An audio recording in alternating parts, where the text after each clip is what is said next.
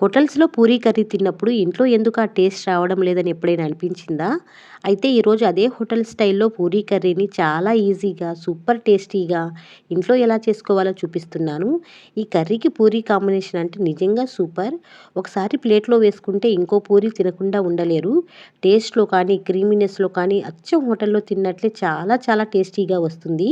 అలాగే చివర్లో నేను చెప్పే ఒక సీక్రెట్ ఇంగ్రీడియంట్ వేయడం వల్ల ఈ కర్రీ టేస్ట్ ఇంకా చాలా బావుంటుంది. అదేంటో తెలుసుకోవాలంటే వీడియోని ఎక్కడా స్కిప్ చేయకుండా చివరి వరకు చూడండి.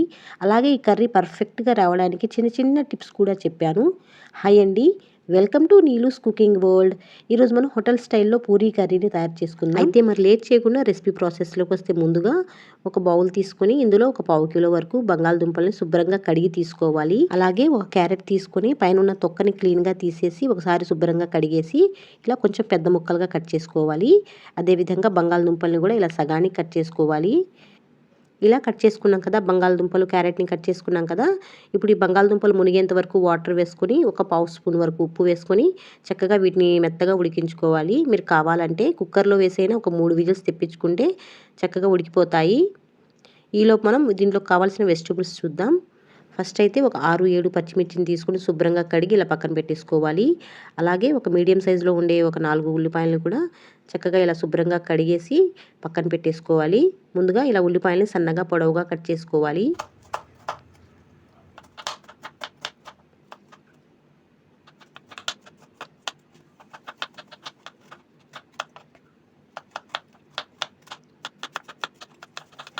అదేవిధంగా పచ్చిమిర్చిని కూడా ఇలా సన్నగా రౌండ్గా ఇలా కట్ చేసుకోవాలి.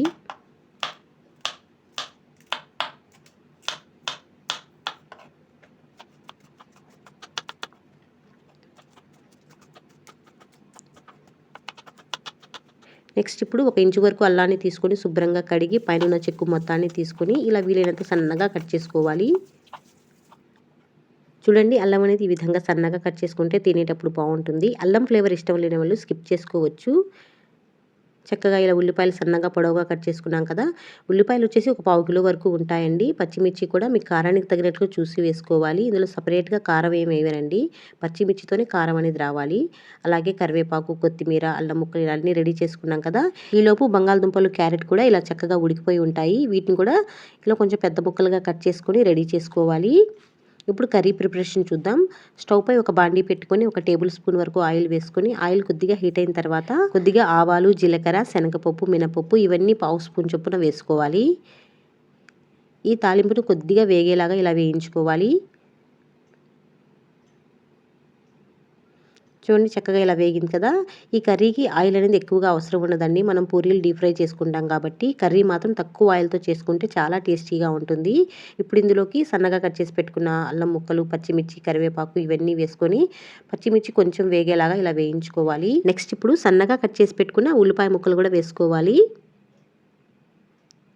ఇలా ఉల్లిపాయ ముక్కలన్నీ వేసుకున్నాం కదా. ఇప్పుడు ఇందులో కర్రీకి సరిపడా ఒక హాఫ్ స్పూన్ వరకు ఉప్పు అనేది వేసుకోవాలి. అలాగే ఒక పావు స్పూన్ వరకు పసుపు కూడా వేసుకొని చక్కగా ఈ ఉప్పు, పసుపు మొత్తం ఆనియన్స్ పట్టే విధంగా ఇలా కలుపుకోవాలి. ఇక్కడ ఒక విషయాన్ని మాత్రం జాగ్రత్తగా గుర్తుపెట్టుకోవాలండి. ఈ కర్రీలో ఉప్పు అనేది ఎక్కువ పట్టదండి. చూసుకొని కొంచెం తక్కువ వేసుకుంటే కావాలంటే లాస్ట్లో అడ్జస్ట్ చేసుకోవచ్చు. ఉల్లిపాయలు బాగా ఇలా కలుపుకున్నాం కదా. దీన్ని మూత పెట్టేసి ఒక 5 నిమిషాల పాటు మగ్గించుకోవాలి. 5 నిమిషాల తర్వాత చూపిస్తున్నాను చూడండి. ఇలా మూత తీసేటప్పుడు ఆవిరి నీళ్ళు అనేది ఇలా కర్రీలో పడితే కర్రీ అనేది చాలా బాగుంటుంది. మరలా ఈ ఉల్లిపాయలు బాగా కలిసేలా ఒకసారి కలుపుకోవాలి. ఈ ఉల్లిపాయలు అనేది ఎక్కువగా ఫ్రై అవ్వాల్సిన అవసరం లేదండి. ఈ కర్రీలో కొంచెం మగ్గితే సరిపోతుంది. చూడండి, ఉల్లిపాయలు ఇలా కొద్దిగా ట్రాన్స్పరెంట్గా అయిన తర్వాత మనం ముందుగానే ఉడికించి పెట్టుకునే బంగాళదుంపలు, క్యారెట్ కూడా వేసుకోవాలి. ఇలా బంగాళదుంపలు, క్యారెట్ కూడా వేసిన తర్వాత చక్కగా ఈ తాలింపు, ఉల్లిపాయల ఫ్లేవర్ మొత్తం ఈ బంగాళదుంపలకు పట్టే విధంగా చక్కగా ఇలా మిక్స్ చేసుకోవాలి ఒక 2 నిమిషాల పాటు. చక్కగా ఇలా కలుపుకున్నాం కదా. ఇప్పుడు ఈ బంగాళదుంపలకి తాలింపు, ఉల్లిపాయ ఫ్లేవర్ మొత్తం బాగా పడుతుంది. ఆ తర్వాత ఈ కర్రీకి సరిపడా వాటర్ అనేది వేసుకోవాలి. ఇక్కడ నేను 2 గ్లాసెస్ వరకు వాటర్ అనేది వేసాను. చక్కగా ఈ వాటర్ మొత్తం కలిసిపోయేలాగా ఒకసారి ఇలా కలిపేసుకొని మూత పెట్టేసి ఒక 5 నిమిషాల పాటు మరిగించుకోవాలి. ఈలోపు ఇందులో ఒక చిన్న సీక్రెట్ టిప్ అని చెప్తానండి. ఇది వేయడం వల్ల కర్రీ టేస్ట్ ఇంకా చాలా బాగుంటుంది. చాలామంది హోటల్ స్టైల్లో కర్రీలో శనగపిండి వేస్తారండి. కానీ నేను ఇక్కడ మాత్రం పుట్నాల పప్పు వేసి చేస్తున్నానండి. ఒకసారి మీరు కూడా ఇలా ట్రై చేసి చూడండి. టేస్ట్ అయితే చాలా చాలా బాగుంటుంది. చాలా డిఫరెంట్గా ఉంటుందండి. ముందుగా ఒక 3 స్పూన్ల వరకు పుట్నాల పప్పు తీసుకొని మెత్తగా ఫైన్ పౌడర్లా చేసుకోవాలి. ఈ పౌడర్ని ఒక బౌల్లో తీసుకోవాలి. ఇలా ఒక బౌల్లో వేసుకొని కొద్దిగా వాటర్ వేసుకొని లమ్స్ ఏమీ లేకుండా చక్కగా ఇలా కలుపుకోవాలండి. ఇలా కొద్దిగా వాటర్ని వేసుకొని చక్కగా ఉండలేం లేకుండా ఇలా కలిపేసుకోవాలి. మీరు కూడా తప్పకుండా ఓసారి ఇలా పుట్నాల పప్పుతో ఇలా చేసి చూడండి. టేస్ట్ అయితే నిజంగా చాలా బాగుంటుంది. ఇలా కలుపుకున్న ఈ మిశ్రమాన్ని ఇప్పుడు పక్కన పెట్టేసుకొని ఈలోపు కర్రీ కూడా చక్కగా ఇలా ఉడుకుతూ ఉంటుంది కదా. ఒకసారి ఇలా బాగా కలుపుకొని ఇలా మధ్య మధ్యలో ఇలా బంగాళదుంపని ఇలా స్మాష్ చేస్తున్నట్టు కలుపుకుంటూ ఉండాలి. ఇలా కలిపితే కర్రీ టెక్స్చర్ అనేది చాలా బాగుంటుంది. ఒక 2 నిమిషాల తర్వాత కర్రీ ఇలా కొంచెం దగ్గరగా అయింది కదా. ఇప్పుడు ఇందులోకి మనం రెడీ చేసి పెట్టుకున్న పుట్నాల పప్పు మిశ్రమాన్ని మొత్తం వేసుకొని వెంటనే ఇలా కలుపుకోవాలండి. లేదంటే ఉండకట్టేస్తుంది. చక్కగా ఇలా ఉండలేం లేకుండా ఇలా కలుపుకుంటూ మరో 5 నిమిషాల పాటు ఉడికించుకోవాలి. చూడండి కర్రీ ఎంత బాగా చిక్కబడిందో. చూస్తుంటేనే తినాలి అనిపిస్తుంది కదా. మంచి క్రీమీగా చాలా బాగుంది కదా. ఇంతటితో అయిపోలేదండి. మరొక సీక్రెట్ ఇంగ్రీడియంట్ వేయటం వల్ల కర్రీ టేస్ట్ అనేది ఇంకా చాలా బాగుంటుంది. అదే కర్రీకి స్పెషల్ టచ్ అన్నమాట. ఇప్పుడు ఇందులోకి ఒక పావు కప్పు వరకు కాచి చల్లార్చుకున్న పాలు అనేది వేసుకోవాలి. ఇది వేయటం వల్ల కర్రీ టేస్ట్ అయితే చాలా బాగుంటుందండి. మంచి క్రీమీగా టేస్ట్ అయితే అద్దరిపోతుందండి. నిజంగా చాలా బాగుంటుంది. తప్పకుండా మీరు కూడా ఒకసారి ట్రై చేసి చూడండి. మీ అందరికీ నచ్చుతుంది.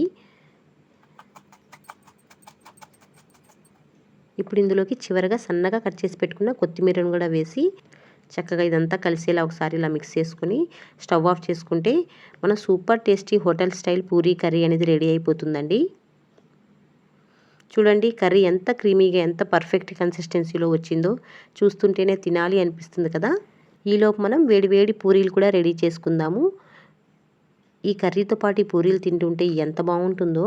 పూరీ రెసిపీ కూడా ఆల్రెడీ మన ఛానల్లో చాలా మంచి టిప్స్తో షేర్ చేశానండి. పూరీలు ప్రతిసారి ఇలానే బాగా పొంగాలంటే ఆ వీడియోని ఒకసారి తప్పకుండా చూడండి. డిస్క్రిప్షన్లో లింక్ ఇస్తాను. చూడండి చక్కగా వేసిన ప్రతి పూరి ఎంత బాగా పొంగుతుందో. వీటిని కర్రీలో ముంచుకొని తింటుంటే టేస్ట్ అయితే నిజంగా సూపర్ అండి. కర్రీ మైల్డ్ టేస్ట్ ఉండటంతో పిల్లల నుంచి పెద్దవాళ్ళ వరకు అందరూ చాలా ఇష్టంగా తింటారండి. చూడండి పూరీతో ఈ కర్రీ తింటుంటే నిజంగా చాలా టేస్టీగా ఉంటుంది. కర్రీ అంత క్రీమీగా ఉంటుంది కాబట్టి ఇంకో పూరి తీసుకొని తినాలి అనిపిస్తుంది. ఒకసారి మీరు కూడా ఇదే స్టైల్లో ట్రై చేసి చూడండి. మీరే అంటారు నిజంగా ఎంత బాగుంది అని. అయితే ఈ రెసిపీని డెఫినెట్గా ట్రై చేయండి. ట్రై చేసిన తర్వాత మీకు ఎలా కుదిరిందో కమెంట్ సెక్షన్లో ఫీడ్బ్యాక్ని ఇవ్వడం మాత్రం మర్చిపోవద్దు. నేను చెప్పిన చిన్న టిప్స్ మీకు ఏమైనా ఉపయోగపడతాయి అనుకుంటే తప్పకుండా ఒక చిన్న లైక్ చేయండి. మీరు అలా లైక్ చేయడం వల్ల నాకు ఇంకా మంచి రెసిపీస్ చేయడానికి మోటివేషన్గా ఉంటుంది. అలాగే మన నీలూస్ కుకింగ్ వరల్డ్ ఛానల్ని కొత్త వాళ్ళైతే సబ్స్క్రైబ్ చేసుకోవడం మాత్రం మర్చిపోవద్దు. అండ్ అలాగే మీ ఫ్రెండ్స్ అండ్ ఫ్యామిలీతో కూడా షేర్ చేయండి. మీరు అలా షేర్ చేయడం వల్ల వాళ్ళకు కూడా ఉపయోగపడవచ్చు. అలాగే ఇంకా మన ఛానల్లో మంచి రెసిపీస్ చాలా ఉన్నాయండి. వీలైతే ఒకసారి చూసేయండి. అండ్ అలాగే మీకు ఇంకా ఎలాంటి రెసిపీస్ కావాలో కూడా కమెంట్ చేయండి. నేను డెఫినెట్గా నెక్స్ట్ వీడియోస్లో షేర్ చేస్తాను. మరొక మంచి వీడియోతో నెక్స్ట్ వీడియోలో కలుద్దాం. Thanks for watching.